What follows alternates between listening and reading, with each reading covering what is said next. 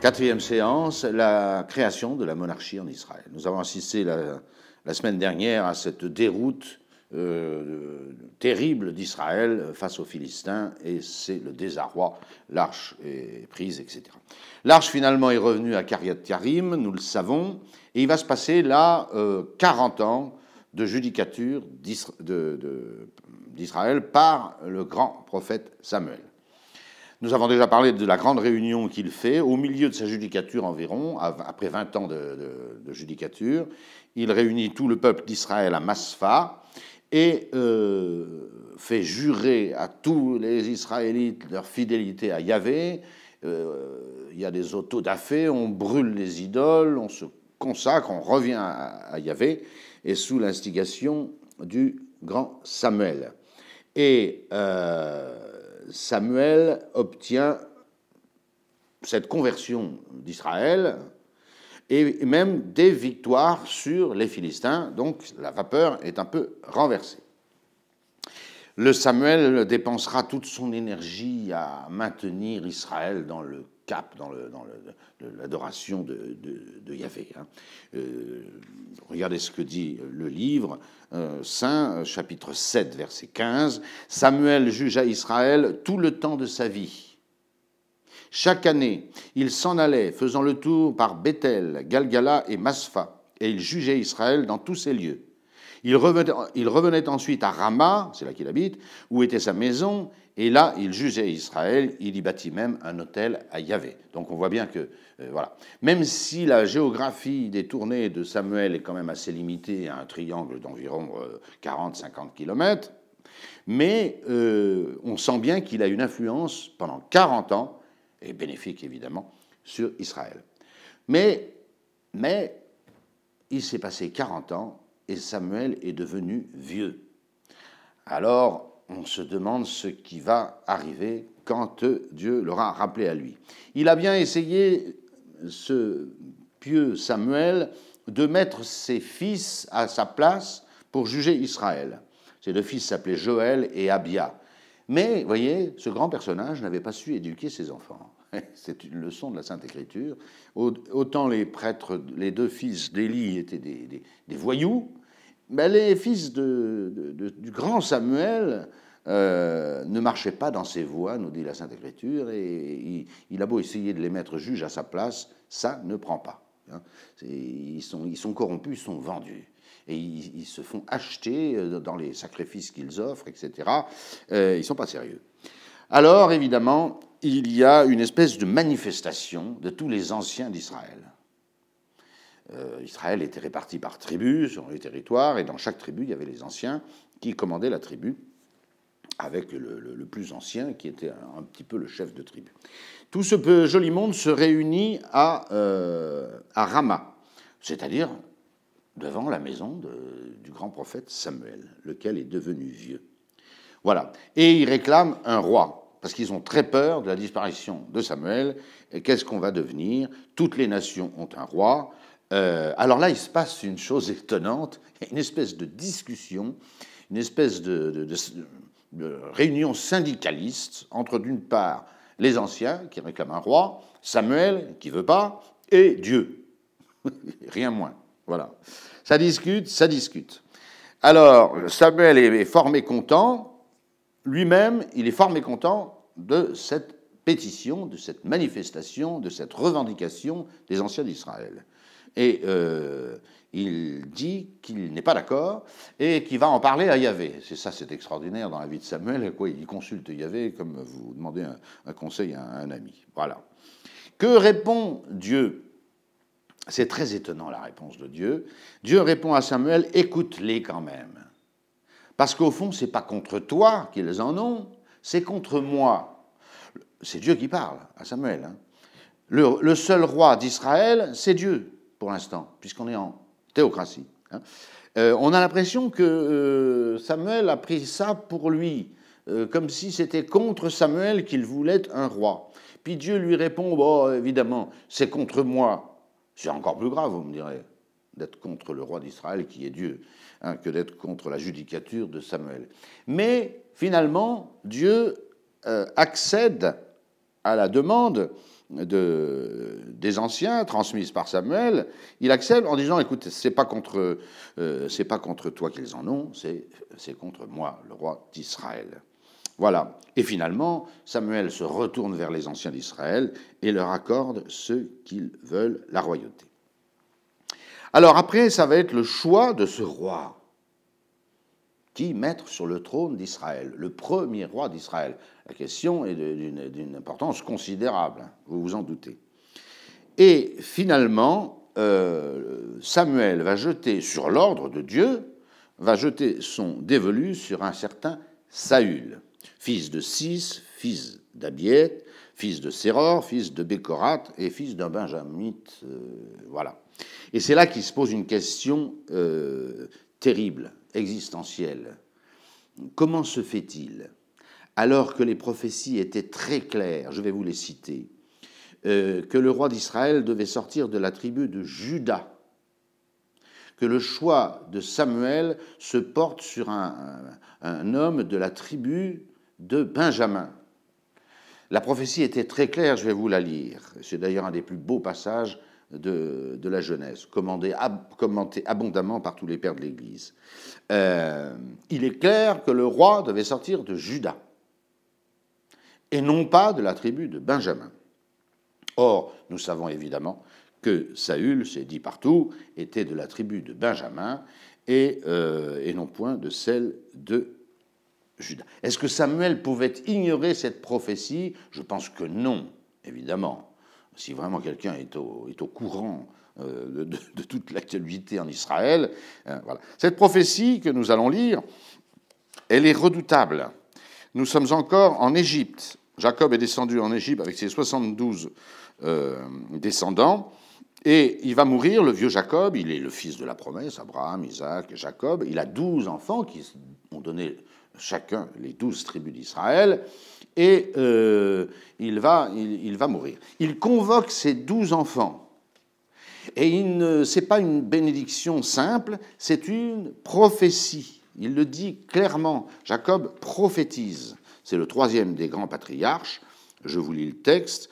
Israël dit à Joseph, c'est son fils préféré Joseph, hein, bien sûr, « Voici que je vais mourir, mais Dieu sera avec vous. Il vous ramènera dans le pays de vos ancêtres. Je te donne de plus qu'à tes frères une portion que j'ai prise de la main des Amoréens. » Et ensuite, Jacob appela ses fils et leur dit, « Rassemblez-vous, et je vous annoncerai ce qui vous arrivera à la fin des jours. » Donc, ce n'est pas seulement une bénédiction patriarcale, c'est une prophétie à laquelle se livre Jacob. Il a 12 fils, vous le savez. Les 5 premiers sont de Lia, sa première femme, et puis les 2 derniers sont de Rachel, sa petite préférée. Les 2 derniers, c'est Joseph et Benjamin, vous le savez certainement. Cette prophétie est terrible, parce qu'on peut dire que les 12 fils de Jacob en prennent plein la figure. Il n'y en a que 2 qui trouvent grâce aux yeux de Jacob, du vieux Jacob, qui prophétise. C'est Joseph, bien sûr, mais Joseph est encore l'intendant de toute l'Égypte au moment où cette prophétie était faite, et donc il est encensé. Les autres en prennent pour leur grade, hein. En particulier les premiers. Écoutez ce que Jacob prophétise sur Ruben, son fils aîné. « Ruben, toi mon premier-né, ma force et le premier fruit de ma vigueur, supérieur en dignité, supérieur en puissance. » Bon, ça commence bien. « Tu as bouillonné comme de l'eau. Tu n'auras pas la prééminence, car tu es monté sur la couche de ton père et tu as souillé ma couche en y montant. » On ne sait pas, ça n'est pas raconté dans la Sainte Écriture, mais il est évident que ce Ruben a commis un inceste, probablement avec une des femmes de son père. Donc, il est dégagé. Pareil pour Siméon et Lévi. Leurs glaives sont des instruments de violence, que mon âme n'entre point dans leurs conseils, que mon âme ne s'unisse point à leurs assemblées, car dans leur colère, ils ont égorgé des hommes, et dans leur emportement, ils ont coupé les jarrets des taureaux. Donc, dégagé.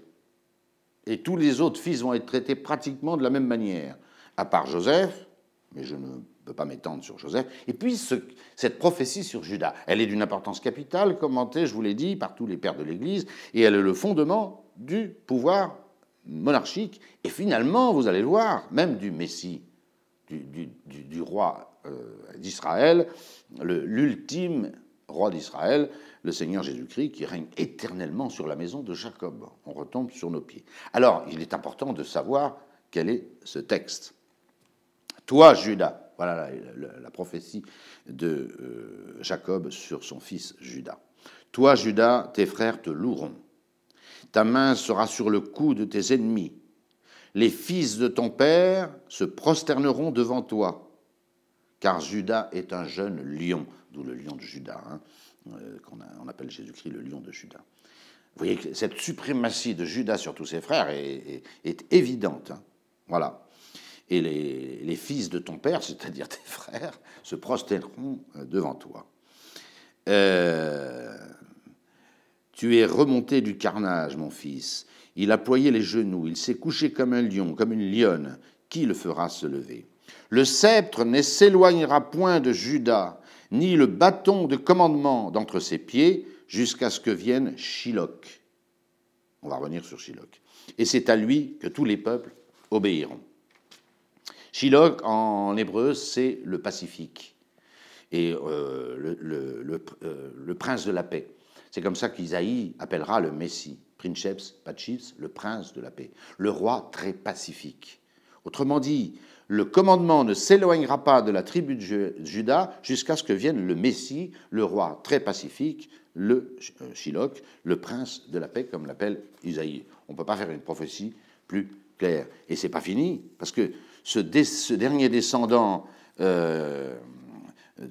prophétisé par Jacob, qui est évidemment le Messie, au dire de tous les pères de l'Église, hein, on précise quelques petites choses très intéressantes sur lui. Il attache à la vigne son ânon, au cep le petit de son ânesse. Bon, pour nous chrétiens, l'ânon et l'ânesse, c'est le jour des rameaux, bien sûr. Hein. Voilà. Il lave son vêtement dans le vin. Oui, c'est cette vision qu'a Jacob sur ce descendant qui sortira pour Israël par Judas. Et prophétie qui sera renouvelée à David pour son descendant, le Christ. Il lave son vêtement dans le vin. On pense évidemment au chapitre 53e et 64e d'Isaïe, en particulier le 53. Hein, d'où vient celui-ci, hein, d'Édom et de Bosra? Ses vêtements sont tachés, et il a pressé dans le fouloir, et le vin, le raisin rouge a remonté sur sa robe, et il est entièrement taché de vin. Et les taches de vin ressemblent, à s'y méprendre, à celles du sang. L'Église met ces textes le mercredi saint. Son manteau, voilà, il lave son vêtement dans le vin, son manteau dans le sang de la grappe. Il a les yeux rouges de vin et les dents blanches de lait. Le rouge du vin, c'est la colère contre le mal, le péché, hein, comme le racontera Isaïe, et les dents blanches de lait, c'est la pureté de son langage et la lumière de ses paroles. Vous voyez que cette prophétie est absolument extraordinaire. Alors, je reviens à ma question. Comment se fait-il que Samuel, ayant à choisir le roi d'Israël, va prendre un homme de la tribu de Benjamin? Alors, moi, vous n'êtes pas obligé de me suivre là-dessus. Je pense que c'est parce que Dieu est furieux. Il va accepter le principe de la monarchie, mais il ne va pas donner le bon roi. parce qu'il n'est pas content qu'on le détrône, tout simplement. Qu'est-ce que dit Judas sur son fils Benjamin? Benjamin est un loup, hein, qui déchire. Le matin, il dévore sa proie. Le soir, il partage le butin. C'est pas sympathique comme prophétie. Hein. Voilà. Bah, nous savons qu'il y aura un grand apôtre, hein, qui sortira de la tribu de Benjamin et qui s'appellera également Saül. C'est le grand et futur Saint Paul.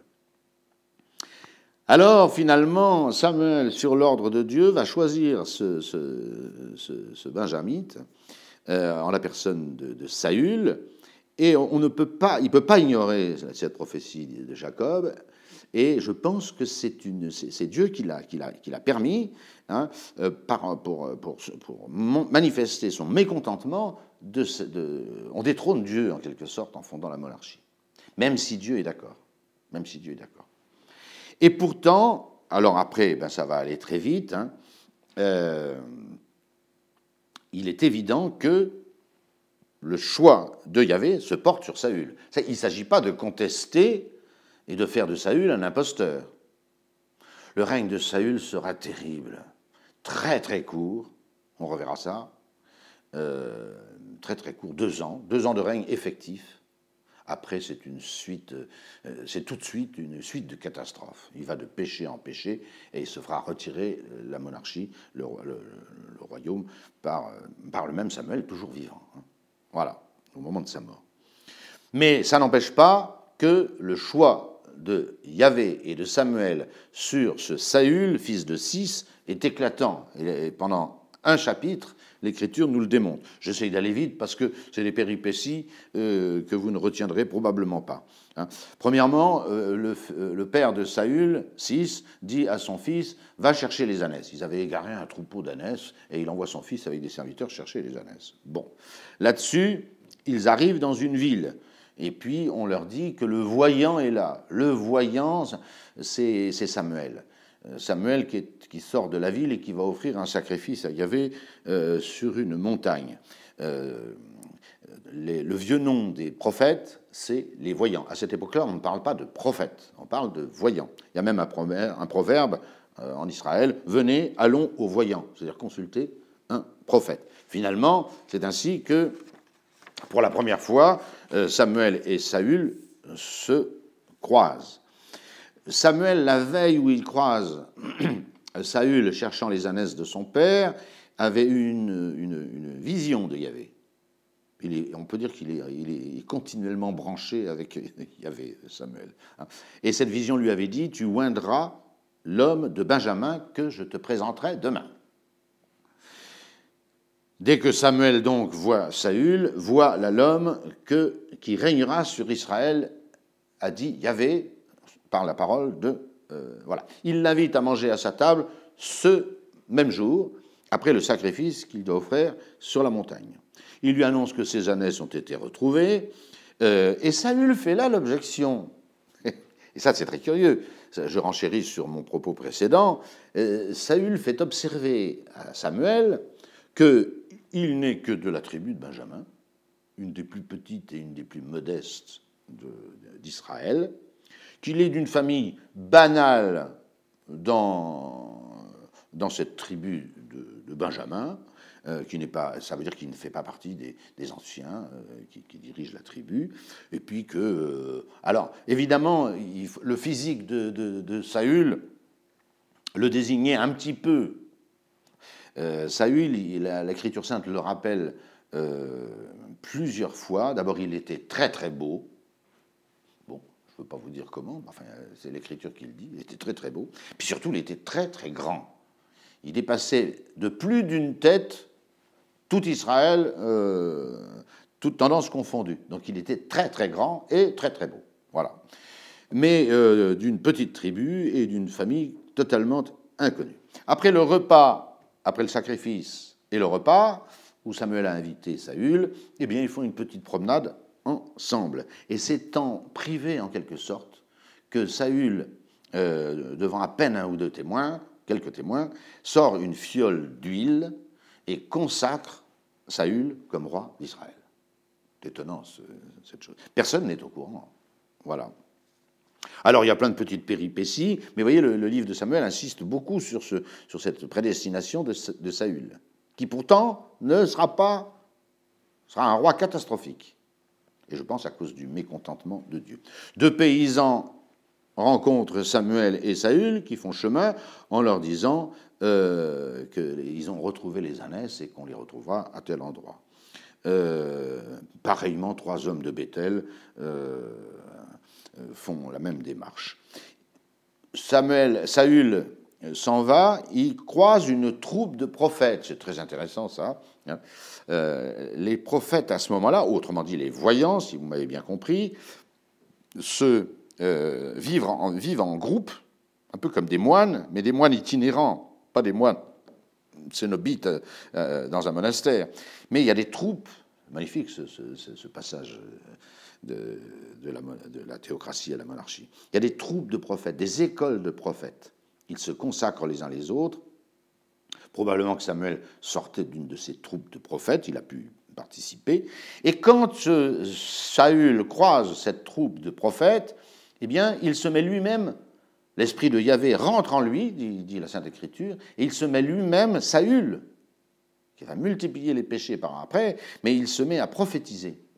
Et il y a un proverbe qui naît en Israël, Saül est-il donc aussi parmi les prophètes? Tout le monde répond, est-ce que Saül est aussi parmi les prophètes? Il est de la tribu de Benjamin, il n'est pas prêtre, hein, il a été sacré roi par Samuel, mais personne ne le sait. Hein.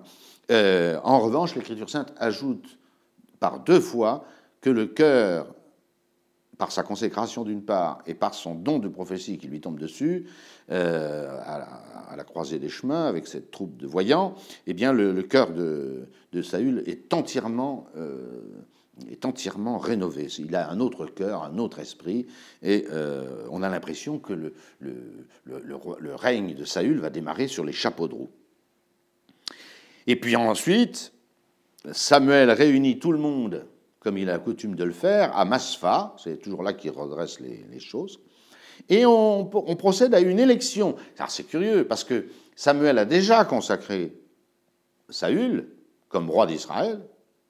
Il réunit, et Israël n'est pas au courant, il réunit tous les chefs des tribus, des anciens, à Maspha, et il dit, ben, écoutez, vous voulez un roi, ben, je vais vous le donner aujourd'hui, alors qu'il a déjà consacré Saül. Il dit, on va tirer au sort. On va tirer au sort. Alors, parmi les 12 tribus d'Israël, on tire le sort, et le sort tombe sur la tribu de Benjamin. Hasard. Ensuite, on tire parmi toutes les familles de la tribu de Benjamin, et c'est la famille de 6 qui est tirée au sort. Puis dans la famille de 6, qui était déjà assez nombreux, 6 c'est le père de Saül, eh bien on retire une 3e fois au sort, et le sort tombe sur Saül, le grand Saül. On cherche Saül partout, on ne le trouve pas. il a peur, il se terre, il est caché dans les bagages de la roulotte qu'il a amenée jusqu'à Maspha. Mais enfin, quand même, on arrive à le trouver, et Samuel présente Saül, cette fois-ci officiellement, publiquement, à tout Israël, en lui disant, voici votre roi. Et le peuple acclame Saül, vive le roi. Et il n'aura pas tout de suite un grand succès, Saül.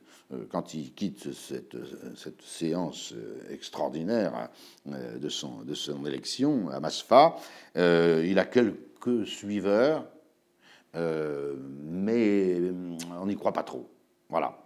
Alors le règne de Saül, ben, nous le verrons la fois prochaine. Il aura un grand succès, vous verrez.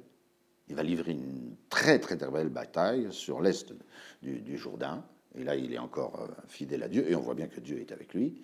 Puis après, ben, ça va partir à la dérive complète. Il va multiplier les péchés jusqu'à perdre, à se faire enlever la royauté par le prophète Samuel. Celui-là même qui l'a consacré va le destituer.